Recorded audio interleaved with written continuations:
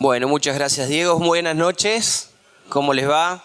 Bien, bueno, la verdad que es un gusto nuevamente poder estar compartiendo este tiempo con ustedes. Estoy muy contento, muy agradecido por la invitación. Siempre para mí es un privilegio poder llegar hasta este lugar, hasta esta iglesia tan amada. Realmente me siento muy cómodo siempre. Y bueno, seguir aprendiendo de lo que Dios tiene para nosotros es lo mejor que nos puede pasar en este tiempo, ¿no? Juntos de esta manera, en comunión y escuchando la voz de Dios, lo que Dios tiene para nuestras vidas. Miren, mientras yo estaba preparando este mensaje, cuando Diego me habló por este mensaje, tengo que ser honesto en lo siguiente. Fui cambiando algunas cuestiones, algunas cosas que iba a decir y bueno, quedó en lo que ahora les voy a exponer, ¿no? Estoy dando en la iglesia en donde asisto, en la iglesia de Calle Belgrano. Por cierto, le manda saludos a los pastores, Walter Galvez y Roberto Engler. Estoy dando un seminario justamente de evangelismo, un seminario que tiene 12 clases, todo un ciclo acerca de evangelismo. Y este seminario que nosotros podemos compartir, están asistiendo más o menos unas 60 personas para poder aprender entre todos a evangelizar y a predicar el evangelio de manera correcta. Ustedes saben que en nuestra sociedad, en la sociedad que estamos viviendo, una sociedad de la imagen, una sociedad light, algunos le llaman la posmodernidad. Algunos dicen que ya pasó la posmodernidad, sino que estamos en una etapa, en un momento distinto, diferente, en un momento en donde nosotros estamos en la era de la imagen, en la era de lo rápido, de lo instantáneo y en la era del clic, la era del clic. En esta sociedad y de esta manera, con estas características, hemos perdido algunas esencias. Y la esencia del evangelio en muchos casos se ha perdido. Se ha perdido el evangelio y el verdadero evangelio. Ya lo decía Gálatas capítulo 1, versículo 9, ¿no? Cuando Pablo estaba luchando allí en Galacia con esta carta que él manda, no es el texto que vamos a mencionar hoy, pero les quiero decir esto, ¿no? Gálatas capítulo 1, versículo 9, Pablo le decía, no es que haya otro evangelio, sino que se predica otro evangelio. Y este evangelio es anatema, dice. La palabra anatema en la palabra de Dios es maldito, significa maldito. Algo que no corresponde, algo que no es de Dios. Por eso me gustaría expresar a la luz de la palabra de Dios este evangelio que tiene como título esto: vivir como Dios quiere, vivir como Dios quiere. Entonces uno se empieza a preguntar, ¿qué es lo que Dios quiere para mi vida? ¿Qué es lo que realmente Dios quiere? ¿Cómo tengo que vivir yo esta vida? Cuando hablamos de vivir como Dios quiere, nos vamos a dar cuenta de que nos vamos a acercar a la siguiente frase: la vida que agrada a Dios. ¿Estamos viviendo una vida que realmente agrade a Dios? Miren, esto realmente es un tema para todos los cristianos, ¿no? Pensar que si realmente estamos viviendo una vida que agrada a Dios. Cada uno de nosotros se conoce a sí mismo. Cada uno de nosotros conoce cuál es nuestra relación con Dios. Cada uno de nosotros sabe cómo está con Dios. Es más, muchas veces podemos hasta esconder la realidad de nuestra propia vida, la realidad de este agradar a Dios y la verdadera comunión que nosotros tenemos con Dios, y la escondemos muchas veces. Pasamos la otra diapositiva, por favor.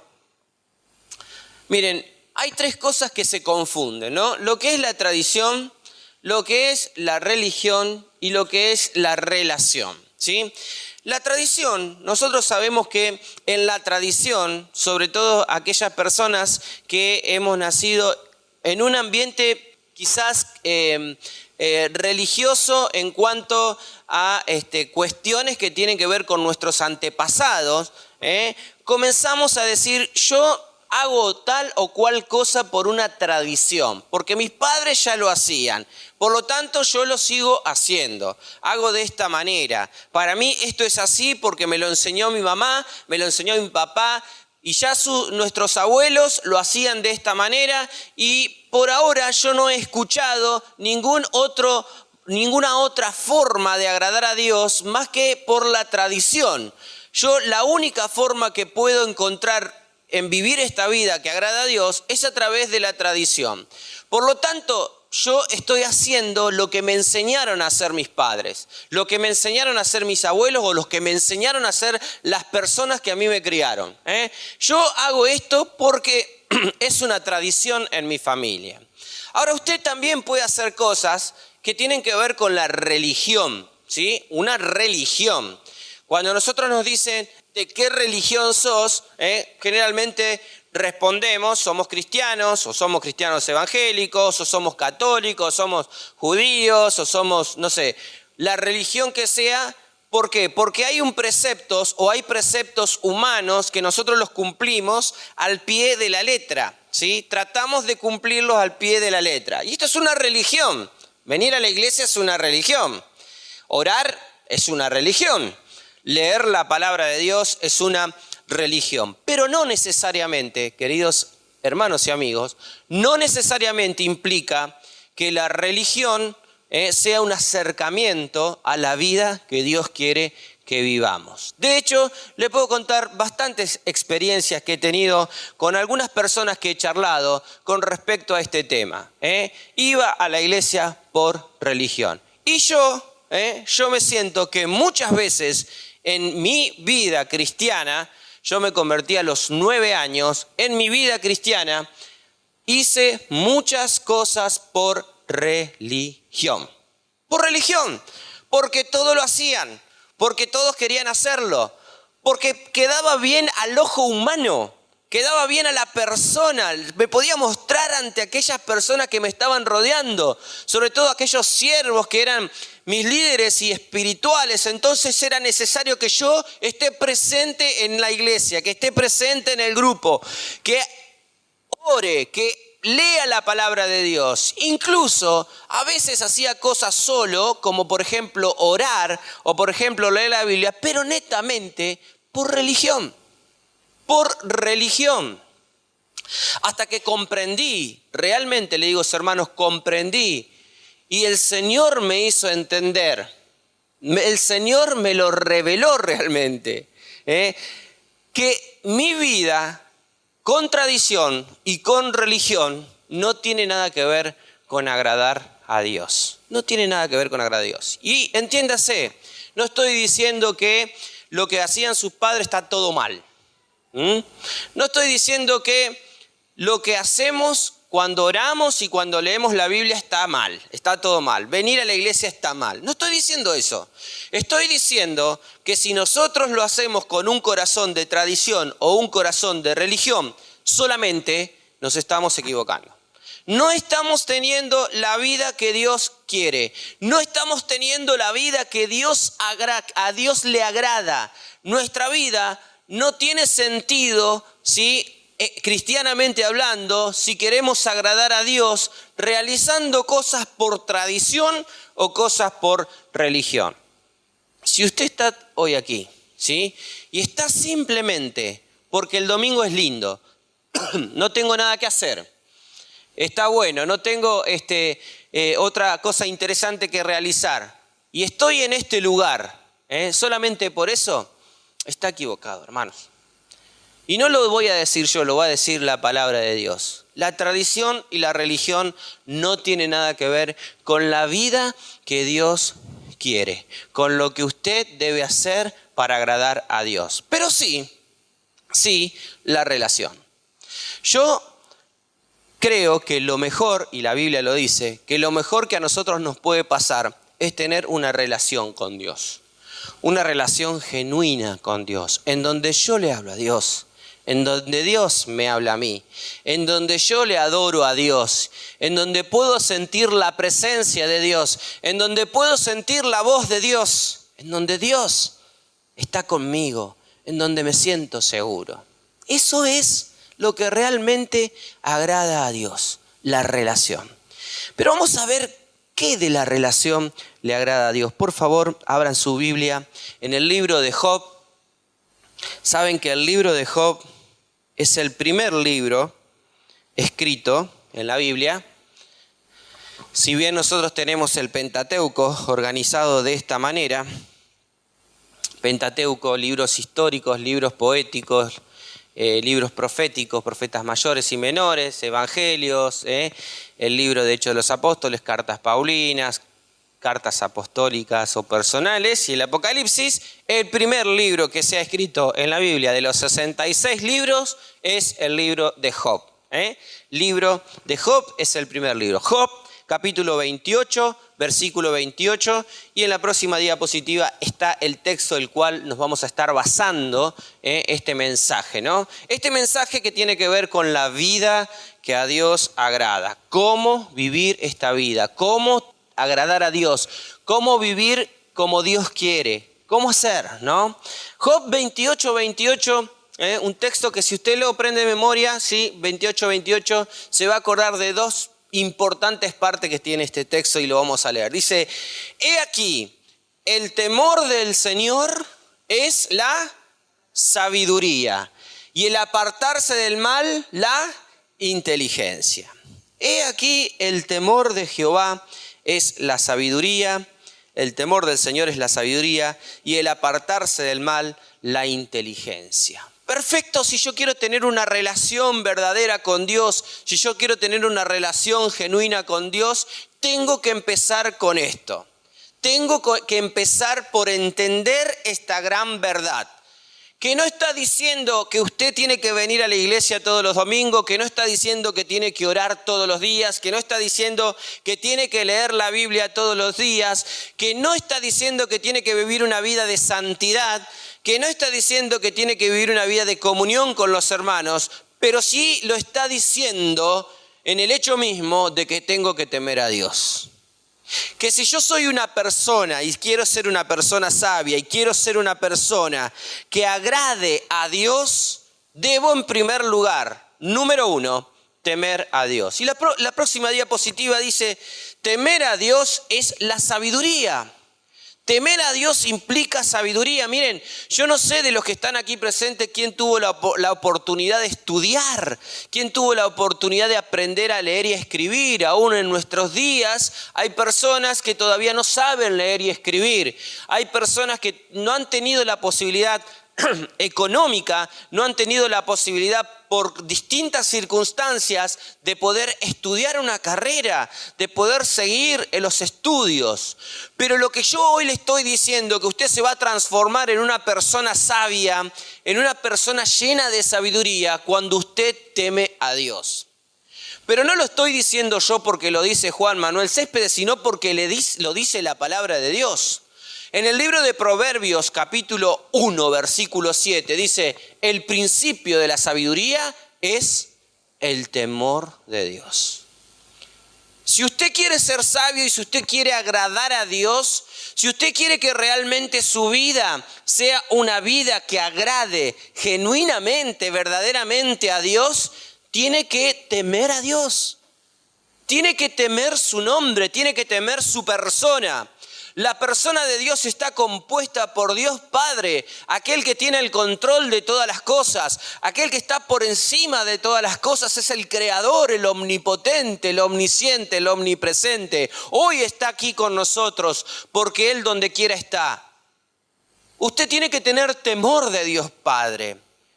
Tiene que tener temor del Hijo, de Jesucristo, su Hijo amado, que murió en la cruz por nosotros. Y también tiene que temer al Espíritu Santo, que es el Espíritu que Dios nos deja a aquellos que hemos creído en Él. El principio de la sabiduría es el temor de Dios. El principio de la sabiduría es temer a Dios. Y la Biblia dice, los insensatos, aquellas personas que no agradan a Dios, que no quieren agradar a Dios, ¿qué hacen? Desprecian la sabiduría, desprecian el temor de Dios, no temen a Dios, no temen a Dios. Levante la mano, ¿quién tiene Reina Valera 1960? Baje las manos. ¿Quién tiene acá en este momento otra versión? Muy bien. ¿Alguien más tiene otra versión? Bueno, Reina Valera 1960, ¿no? ¿Sí? Algunos dicen la reina de las versiones, y otros que no están de acuerdo, la reina de las verseras, pero no. Reina Valera hace muchos años, no es desde 1960, fue una revisión. Reina Valera desde antes de 1900 fue gestada, ¿no es cierto?, desde el original es una Biblia espectacular. Cuando yo estoy diciendo así, cuando yo estoy diciendo que el principio de la sabiduría es el temor de Jehová, y si estoy diciendo, como dice ahí Job 28, que el temor a Dios es sabiduría, cuando digo temor, ¿qué estoy diciendo? ¿Estoy diciendo respeto? ¿Qué versión tiene? ¿Miedo? ¿Qué versión tiene? ¿Qué versión tiene? Dígame. ¿Reina Valera? ¿Qué dice Reina Valera? Temor. El temor es temor. El temor es temor. Mire, yo no quiero desacreditar nada, ¿no? Usted puede pensarlo, pero deje que el Espíritu Santo hable a su corazón hoy. La Biblia está escrita en 3 idiomas, en hebreo, parte en arameo y parte en griego, ¿sí? Y se traduce a nuestro idioma, y la reina de las versiones que nosotros tenemos es Reina Valera 1960. Y cuando habla de temor, dice temor. Lo que usted y yo entendemos por temor, ¿qué es? Temor. Pero yo se lo quiero explicar, mire, de otra manera. Vamos a la otra diapositiva.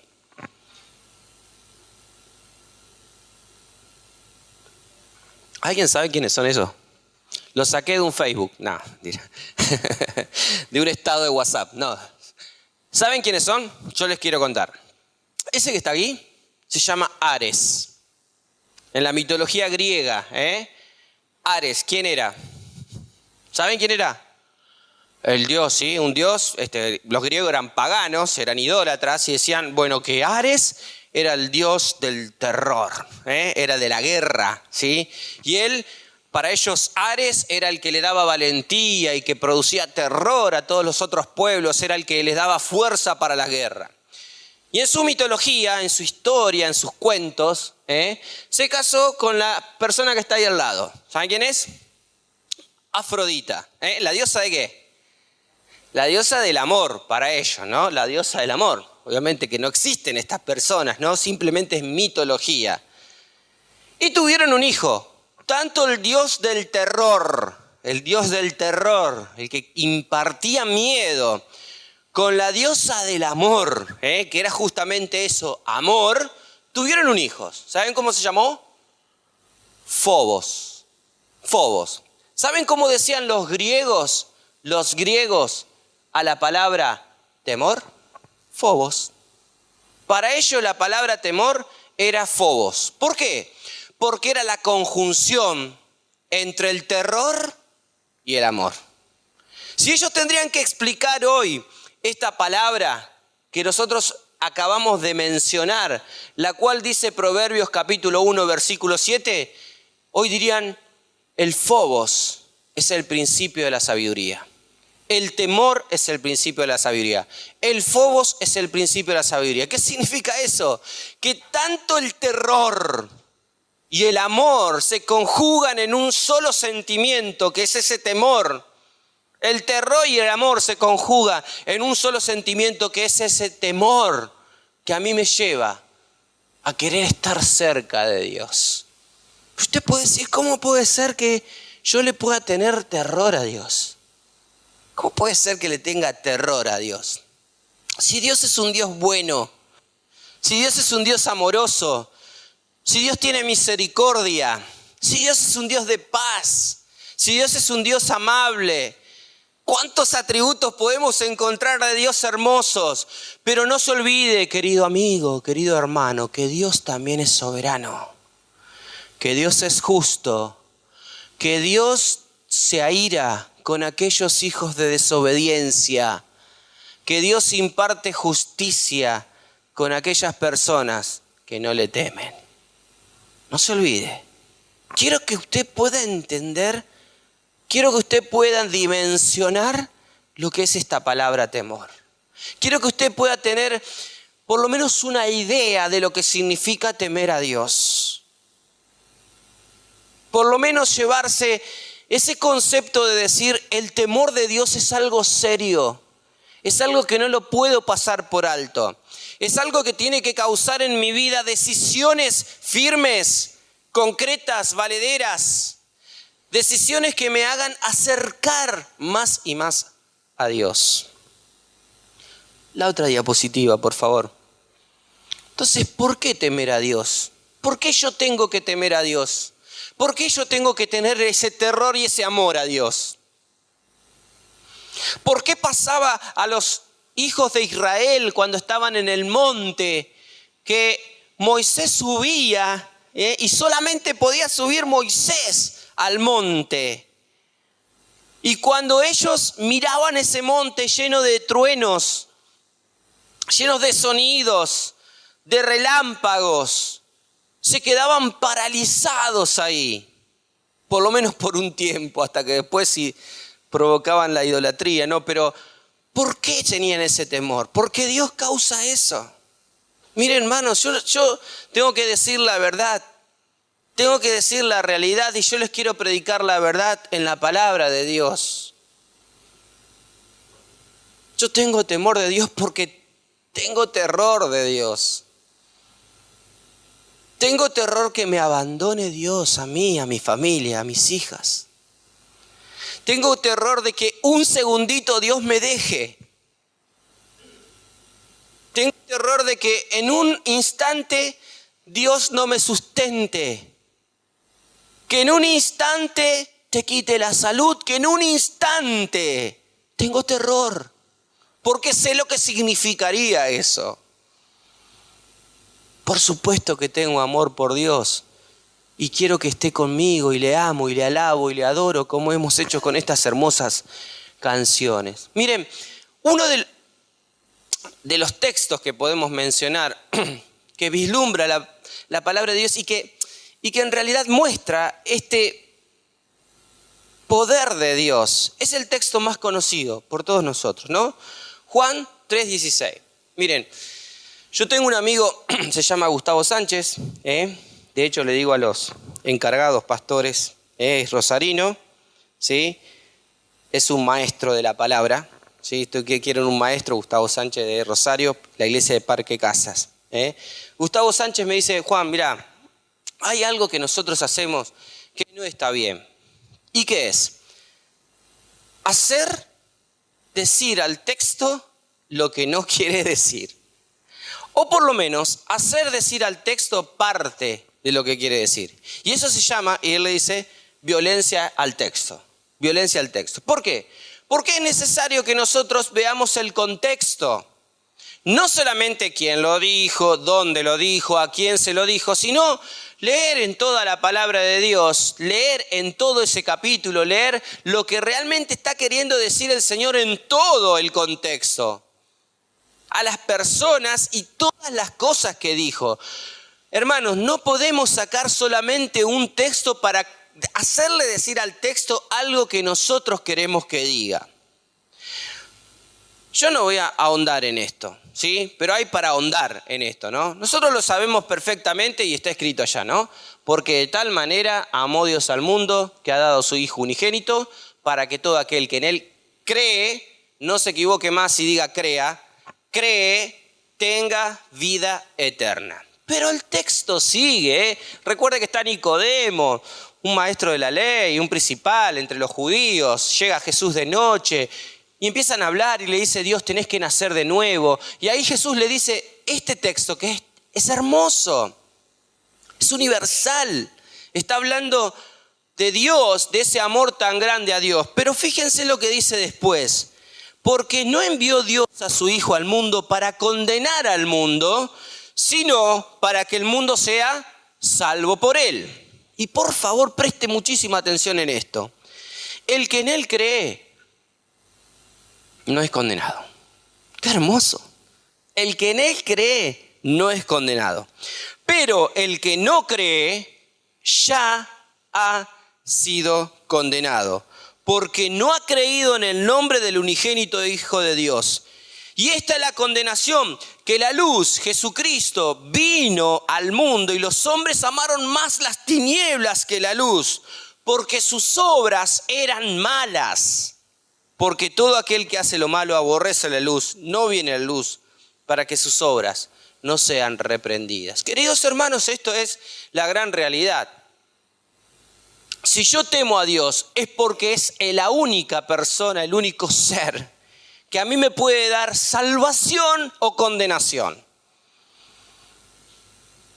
Es el único ser que me da la oportunidad de poder tener salvación o condenación. El único. Fíjense en lo que dice la siguiente diapositiva.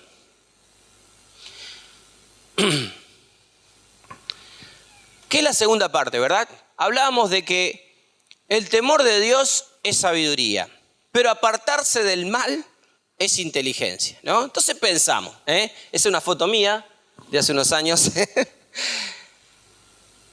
¿Qué es apartarse del mal, verdad? Romanos capítulo 3, versículo 23 dice: por cuanto todos pecaron están destituidos de la gloria de Dios, separados de la gloria de Dios.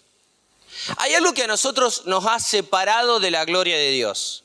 Hay algo que a nosotros nos tiene fuera de la presencia de Dios. Hay algo que a nosotros nos tiene totalmente alejado de Dios. Miren, yo he hablado con personas y me dicen: yo le oro a Dios todas las noches. Oro todas las noches por mis hijos, por mi esposa, qué sé yo y aquello, pero no tengo a Dios en mi corazón. Entonces Dios no te va a escuchar, porque tus pecados te están separando de la gloria de Dios. Hay separación entre Dios y el hombre cuando hay pecado intermedio. Dios no puede habitar en el pecado. De hecho, cuando Jesucristo estaba muriendo en la cruz y le dijo: Padre, Padre, ¿por qué me has desamparado? Qué frase terrible, ¿no? Padre, ¿por qué me has desamparado? Era justo el preciso momento en donde el Señor Jesucristo estaba cargando con todos los pecados de cada uno de nosotros que hemos creído en Él. Con todos mis pecados estaba cargando Jesucristo, y Dios y el pecado no pueden coexistir. El Padre no podía estar con el Hijo porque el Hijo era pecado. Aunque Él jamás pecó, aunque Jesucristo no conoció el pecado, se hizo pecado, se hizo de mis pecados. Y el Padre se alejó del Hijo. Dios y el pecado no pueden coexistir, queridos amigos, queridos hermanos. Estamos separados de la gloria de Dios cuando nosotros pecamos. Estamos alejados de Dios cuando nosotros pecamos. Es más, en Romanos capítulo 6, 23 dice: porque la paga del pecado es muerte. Lo que causa el pecado frente a Dios es muerte. Dios no nos ve vivo a nosotros cuando nosotros estamos en pecado. Dios no ve espiritualmente vivo a una persona cuando está en pecado. Le puede latir el corazón, su cerebro puede andar fantástico, pero está muerto frente a Dios. Está muerto frente a Dios porque es la consecuencia del pecado, lo que trae el pecado a nuestras vidas. Y esto es para los que no son cristianos y para también los que somos hijos de Dios. El pecado es separación. El pecado es destitución. Yo no estoy hablando de perdición o de perder la salvación a aquellos que somos cristianos, pero sí estoy diciendo que Dios se aleja de nosotros cuando nosotros pecamos. Y en nosotros está la muerte cuando nosotros pecamos. Y no lo digo yo, hermanos, lo dice la palabra de Dios. Entonces, para tener sabiduría hay que temer a Dios, hay que tenerle terror y amar a Dios con todo nuestro corazón, sabiendo que es el único que puede darnos salvación. Pero también dice la palabra de Dios que para tener una vida que agrade a Dios, una vida que esté plena en el Señor, debemos apartarnos del mal. Y yo no le estoy hablando acá ni de religión ni de tradición. Yo no le estoy hablando de venir a la iglesia, de leer la Biblia. No le estoy hablando de ninguna religión si no le estoy diciendo, sino que le estoy diciendo que la vida que agrada a Dios es una vida de temor. Y una vida, escuchen bien, alejada del pecado. Alejada del pecado. Traje este cuadernillo que es el cuadernillo que estamos usando en el seminario. Me pareció muy interesante esta parte, ¿no? En donde habla de los pecados, ¿verdad? ¿Cuánto conocemos nosotros de los pecados? Hay pecados que se llaman pecados de comisión. Hay pecados que se llaman pecados de omisión, ¿sí? Si querés poner la otra, de omisión. Y hay otros pecados que se llaman pecados de ignorancia, ¿no? En definitiva, los tres son pecado y para Dios es lo mismo. Y la consecuencia es la misma. Separación de Dios y muerte. Separación de Dios y muerte. Cuando nosotros hablamos de pecado de comisión, cuando nosotros conocemos lo que debemos hacer y no lo hacemos. Pecados de perversidad como fornicación, adulterio, sodomismo. Pecados de desenfrenos como borracheras, libertinajes, juegos. Hermanos, una gran cantidad de hermanos, o que dicen ser hermanos, están volcados al juego, a la ludopatía, a la confianza en Mamón. ¿Saben quién es Mamón? Un demonio, diablo, el Dios de la riqueza de la época de Jesucristo. Cuando Jesús dice que debemos amar más a Dios que a las riquezas, la palabra ahí es Mamón. Y las personas quieren tener dinero. ¿Y qué hacen por eso? Juego. ¿Cómo nos tiene Satanás con respecto a este tema? Todos hablamos de fornicación, de adulterio, de homosexualismo, etc. La borrachera, el libertinaje, la avaricia, la altivez, la soberbia, la arrogancia. La Biblia habla de creernos implacables, que en nosotros no hay error o que seamos mejores que otros.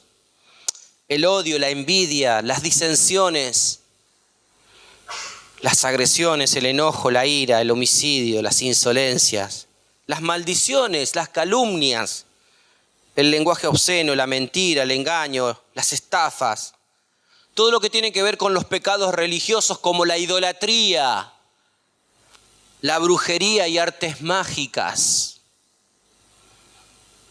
Queridos hermanos, hablando con algunas personas, he conocido hermanos, creo yo, por lo que me han dicho, en Cristo, que consultan a artes mágicas, que consultan a curanderos, que consultan a hechiceros, que están consultando, permítame decirlo, a Satanás. ¿Cuántas veces he dicho, hermanos? Por supuesto que puede tener poder. Por supuesto que te puede curar un dolor de cabeza. Satanás tiene poder. Pero después te pide tu alma. Y hermanos, yo no estoy hablando de otra ciudad, de barrios X. Estoy hablando de toda la ciudad de Santa Fe en donde he estado, en donde he podido hablar. Hermanos, el Evangelio me ha llevado a hacer aproximadamente 200 visitas en estos últimos 3 años. Y yo lo que estoy diciendo no es una estadística con números precisos, pero sí le estoy diciendo que muchas personas se vuelcan a lo que es la idolatría. Y en el nombre de Jesús les digo, estoy en contra, y lo sabe perfectamente Satanás, y no tengo miedo. Estoy en contra de San La Muerte, de Gauchito Gil, de Lucifer, de Pompayira, de Imanjá, de Exú, de Ogún, de todos esos demonios que la gente consulta. No tengo problema decirlo y lo digo públicamente. Estoy en contra de Satanás y lo sabe bien. Pero hermanos, ¿qué estamos haciendo nosotros? Estos pecados que son pecados de comisión, no los cumplimos. Mejor dicho, no cumplimos la comisión, no cumplimos el mandamiento y nos volcamos al pecado. Hay pecados que nosotros hacemos, pero por omisión. Porque lo que tenemos que hacer, ¿qué pasa? No lo hacemos. Por ejemplo, a ver, no me van a levantar la mano, pero ¿quién en esta semana, en este último año, a cuántos le has predicado el evangelio? Porque ¿saben una cosa? Yo les quiero decir algo, ¿no? Ustedes pueden invitar a la gente, ¿sí? Es muy probable que la gente no venga, porque esa no es la estrategia que nosotros tenemos que entender, que es bíblica y que tenemos que utilizar. Pablo no le decía, vengan a la iglesia, vengan conmigo a la iglesia. Cuando fueron a Antioquía con Bernabé a inaugurar esa iglesia en Antioquía, no le dijo, muchachos, vengan a la iglesia, vengan que le esperamos. Pero la gente no iba a ir como pasa hoy. ¿Por qué Cristo dijo lo siguiente? Dios dijo lo siguiente: esta es mi iglesia y las puertas del Hades no prevalecerán contra ella. No está diciendo Dios que el Hades va a venir y va a querer abrirnos la puerta a nosotros. No, nada que ver. Dios está diciendo que la iglesia tiene que ir al Hades y en el nombre de Jesús y con el evangelio robar las almas, perdóneme la expresión, sacar las almas al enemigo que se están perdiendo. Esa es la misión que nosotros tenemos que cumplir, ir, predicar, hablar, decirle lo que Cristo hizo con nosotros, decirle la verdad de Jesucristo, la verdad del amor de Dios que ha cambiado nuestra vida o no ha cambiado su vida. O no tiene seguridad de que usted va a estar en el cielo. O somos egoístas en decir yo voy a estar en el cielo bárbaro, pero mi vecino se va al infierno. Y no me interesa, no me importa. Ese es el amor que ha derramado Jesucristo en nosotros. Ese es el amor que está hablando el Espíritu Santo a través del fruto del Espíritu, en donde empieza en Gálatas 5:20. El fruto del Espíritu es amor. Gozo, paz, paciencia, benignidad, bondad, fe, mansedumbre, templanza. Amor. ¿Qué siente por las personas? Ama a tu prójimo como a ti mismo, dice la palabra de Dios. Amarás a tu Dios y ama a tu prójimo como a ti mismo. Toda la Biblia, toda la palabra de Dios, los profetas, todo lo que usted puede encontrar acá, los 32.000 textos de la Biblia se resumen en dos. Amarás a tu Dios y ama a tu prójimo como a ti mismo. ¿Cuántas veces cometemos el pecado de omisión? Muchas. Y solamente he nombrado uno. Porque la Biblia dice que hay que hacer el bien, incluso y mucho más, a los de la familia de la fe. Y en vez de criticar, decir, che, ¿viste la hermana cómo vino vestida? Nah, desastre. En vez de criticar, dice Jesucristo, ¿ustedes escucharon que no hay que matar? Bueno, yo les digo que cuando ustedes hablen mal de sus hermanos, están matando. Y hoy se transforman en culpables, porque ya no son más ignorantes, ya no lo desconocen. El que lo desconocía, hoy lo conoce. Tiene que predicar el evangelio, tiene que hablar de Cristo. No lo conocía, hoy lo conoce. Y si hoy no lo hace, de ahora en más se va a transformar en un pecado conocido. Antes lo hacía por ignorancia, pero hoy ya lo conoce. Hermanos, créame cuando yo le digo esto. En el nombre de Jesús se lo digo. Ante el Señor, con toda la verdad que sale de mí. Me encantaría ver esta iglesia llena. Ningún lugar vacío. Dios sabe, Dios conoce mi corazón, que me encantaría ver este lugar lleno y hacer otro lugar en donde rebalse de personas. Pero esto no lo va a hacer un pastor, un evangelista o alguien que venga a hablar aquí una vez. Esto lo tienen que hacer ustedes. hijos de Dios, cada uno de ustedes, predicar el evangelio.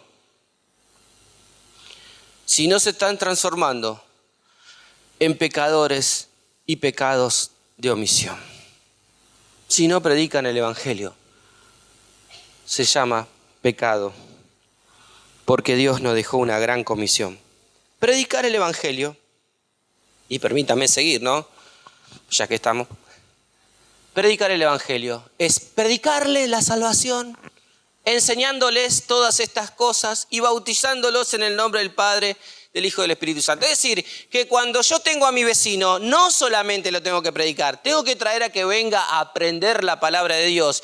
Y hasta que no pase por las aguas del bautismo, mi trabajo no termina. Entonces Cristo nos llamó a ser discípulos. Yo te pregunto, no me respondas, ¿cuántos discípulos hiciste? Me pregunto, ¿cuántos discípulos hice? ¿Cuántos?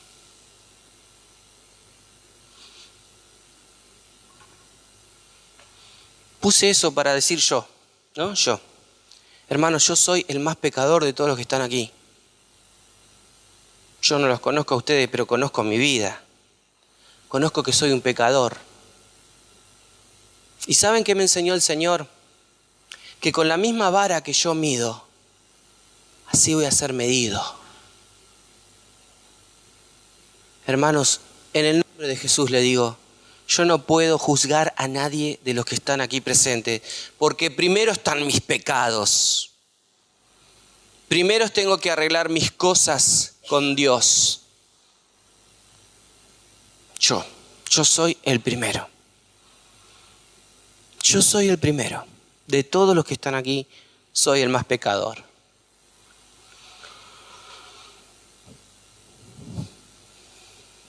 ¿Podemos pasar a la otra diapositiva, por favor? Mire, hay algo que es real y es verdad y tiene que ver con esta primer parte del Evangelio. Yo no le puedo predicar a nadie que no se crea pecador realmente.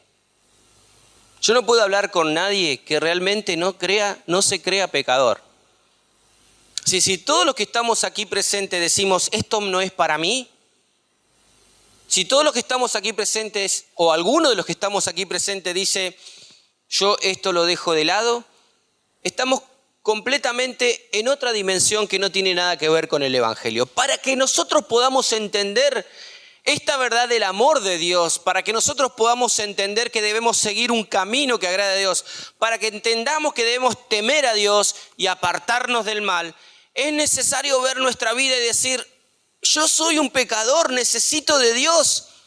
Y lo único que a mí, o lo más justo que una persona podría pensar de mí, es la condenación eterna. Yo, queridos hermanos, soy el primero que dice que necesito y que para mí, que para mí, por mis pecados, merezco una condenación eterna. ¿Quién de los que está aquí presente puede decir, yo no tengo pecado, por lo tanto no merezco una condenación eterna? Porque recordá tu vida, yo te nombré algunos pecados. Pero pensá en tu vida, ¿cuántos pecados hay en tu vida? ¿Cuántos pecados? De mentiras, de desobediencia, de andar por caminos que no corresponde, de malos pensamientos, de malas actitudes, de palabras deshonestas. ¿Cuántos pecados? Y yo no conozco tu vida, no conozco tu vida. Pero yo sé que somos miserables ante Dios. Y por nuestros pecados merecíamos la condenación eterna. Por nuestros pecados merecíamos la condenación eterna. Merecíamos estar en el infierno. Yo no pude hacer nada ni puedo hacer absolutamente nada para poder salvarme de todo esto. Porque los únicos que pueden ir al cielo son los que por gracia de Dios, por misericordia de Dios, Porque Dios es amor y es bueno. Y tiene una misericordia tremenda que no la podemos ni siquiera medir. Ha visto mi vida y me ha visto mi suciedad. Y me ha sacado de ese lodo cenagoso y me ha limpiado y me ha lavado y me ha puesto vestiduras nuevas. Para que en vez de ir al infierno vaya al cielo. Pero por mí, nada de lo que podía hacer podía satisfacer a Dios. No hay nada.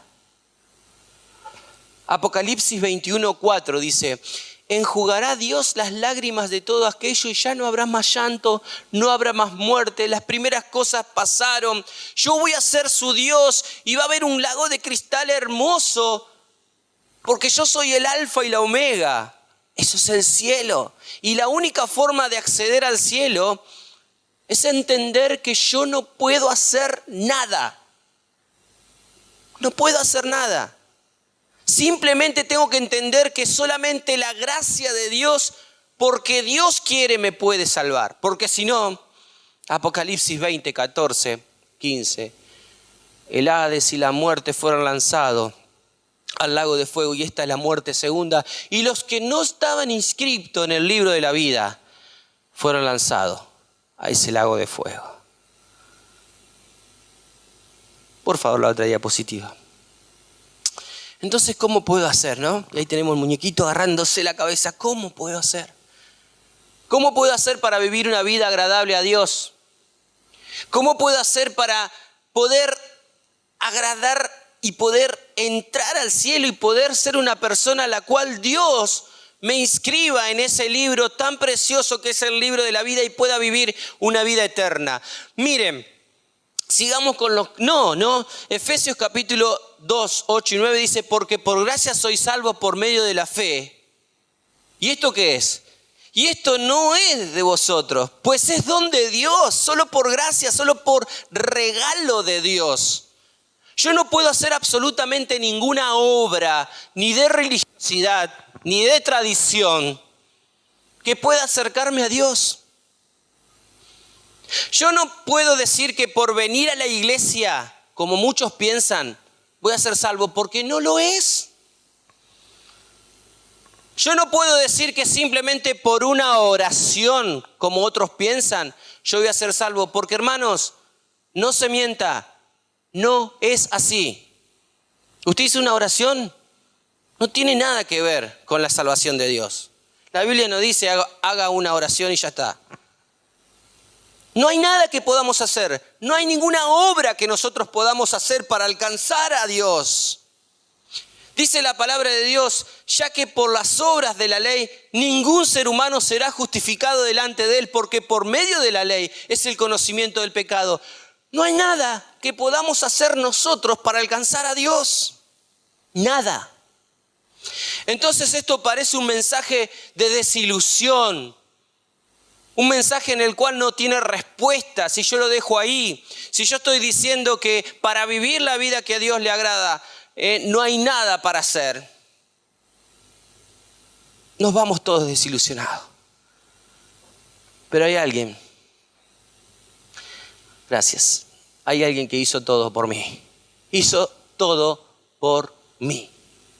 Él hizo todo por mí. ¿Quién lo hizo? Dígamelo. ¿Quién lo hizo? Confiéselo. ¿Quién lo hizo? Jesucristo el Señor. Él hizo todo lo que había que hacer por mí. Mas Dios muestra su amor para con nosotros en que, siendo aún pecadores, Cristo murió por nosotros. Él lo hizo todo por mí. Saben que Dios ahora, en ese momento, lo ve a Cristo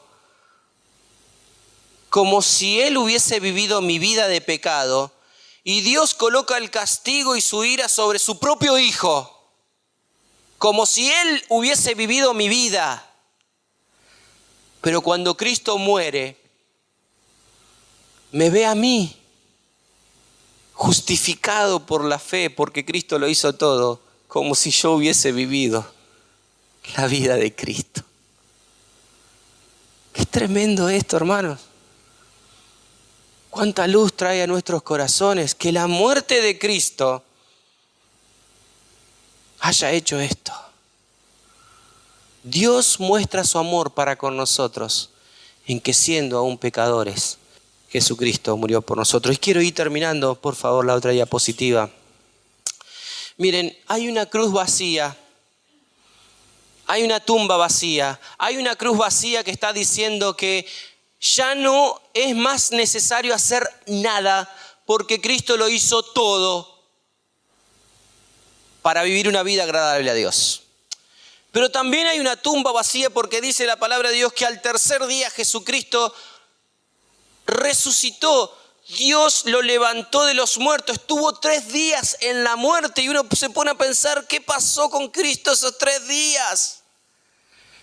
No sabemos, no dice la Biblia, pero estuvo 3 días muerto y al tercer día resucitó. ¿Por qué resucitó Jesucristo? Para que usted y yo tengamos esperanza de vida eterna. Jesucristo está vivo. Él vive, hoy está vivo. Y la función de Jesucristo es estar a la diestra del Padre, abogando por nuestros pecados. Y Él dijo, yo me voy a ir, pero les voy a enviar un consolador. Por favor, la otra diapositiva, que es el Espíritu Santo. Es el Espíritu Santo. Y solamente se puede acceder a esa gran verdad a través del arrepentimiento. Dice la palabra de Dios en 1 Juan. Capítulo 1, versículo 9. Si confesamos nuestros pecados, Él es fiel y justo para perdonar nuestros pecados. ¿Termina ahí? No, ¿qué dice? Y limpiarnos de toda maldad. Miren, hermanos, yo descubrí algo. Yo descubrí que los pecados hay que confesarlos. Uno por uno. Yo no puedo decir, Señor, perdóname todos los pecados y ya está. No, a ver, ¿qué pecados? Antes de ayer hablando con mi hija y mi esposa, perdóneme que coloque una experiencia personal, pero creo que es valedera. Yo le decía, miren, le decía a mi hija, ¿no? Saben que cuando yo era chico, que vivía acá en el Fonavi, en la Manzana 5, íbamos a ver las prácticas de Colón. ¿Sí? Si bien yo soy simpatizante de Colón, ¿no? Eran unos perros, porque estaban los tablones y tiraban la pelota y pasaban por arriba de los tablones y se iba para el otro lado la pelota. Entonces, el jugador que estaba practicando pedía la pelota a algún vecino o algo. Y con unos amigos, ¿qué hicimos? Vamos allá atrás y nos hacemos de una pelota. Y entonces hicimos eso, ¿no? Una pelota para el barrio, para nosotros, para jugar al fútbol. Eso es robar. ¿Sí? Se llama robar. Usted puede decir una picardía, algo de niño. No. Es robar. Y cuando yo me acordé de ese pecado, ¿saben qué tuve que hacer? Confesar mis pecados a Dios. ¿Cuántos años hace? No sé. Tengo 44. Hace 34 años, supónganse. Pasó 34 años. Tuve que confesar mi pecado a Dios. Porque eso es robar. Hermanos, todos los pecados hay que confesar a Dios. Hay que arrepentirse y confesar nuestros pecados. Y la única forma de arrepentirse y confesar nuestros pecados es a través del convencimiento, ahora sí, del Espíritu Santo. Dice la Biblia que Él convencerá al mundo de pecado, de justicia y de juicio. Él convencerá al mundo. Dice, ahora bien, el Señor es Espíritu, y donde está el Espíritu del Señor, allí hay, dígamelo, libertad. Libertad. Pasamos a la otra diapositiva. Miren, no queda otra cosa que orar a Dios. Pero escuche bien lo que le voy a decir. No conozco los que están aquí presentes. Miren, si usted viene a la iglesia hace muchos años, yo le voy a pedir que ore a Dios. Si usted viene hace poquitos años o viene por primera vez hoy, yo le voy a pedir que ore a Dios. Y yo le voy a pedir que ore a Dios de la siguiente manera.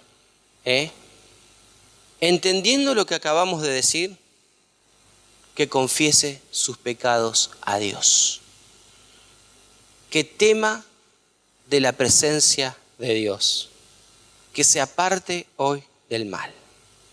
Dice la palabra de Dios que si nosotros hoy confesamos con nuestros labios y creemos con nuestro corazón que Jesucristo es el Señor, somos salvos.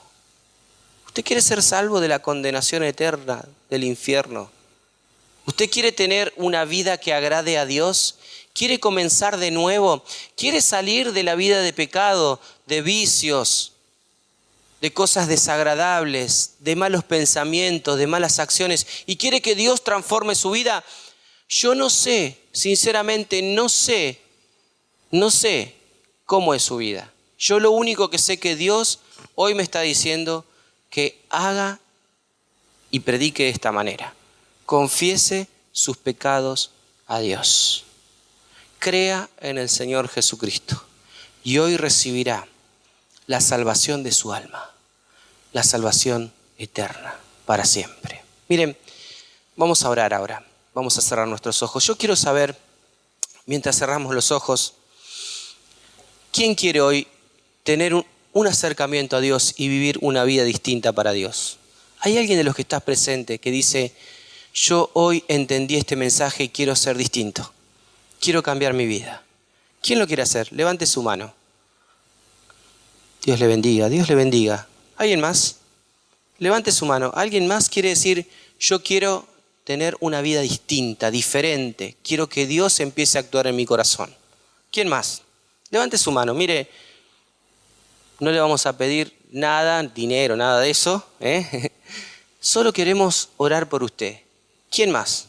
¿Quién quiere hoy pedirle a Dios que cambie su vida y su corazón? Miren, vamos a tener un momento de oración. Dígale a Dios lo siguiente.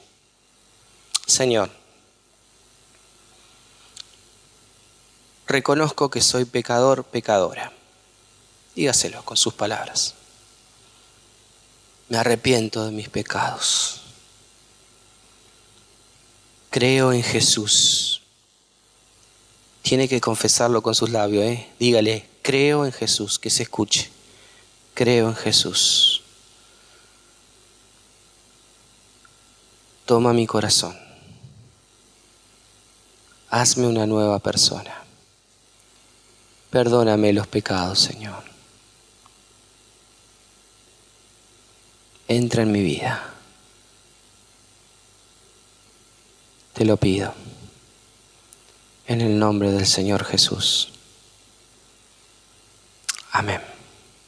¿Quién hizo esta oración por primera vez? ¿Alguien la hizo por primera vez? Dios le bendiga. ¿Alguien más hizo esta oración por primera vez? Bien, hermanos, yo voy a cerrar diciendo lo siguiente. La única vida que agrada a Dios no tiene que ver con la religión ni la tradición. Tiene que ver con una relación genuina de temor a Dios y de apartarse del pecado. Apartarse del pecado. Todo lo otro viene añadido, Venir a la iglesia, orar, leer la Biblia, viene añadido. Pero esta es la vida que agrada a Dios. Amén. Diga fuerte, amén. Ahí está.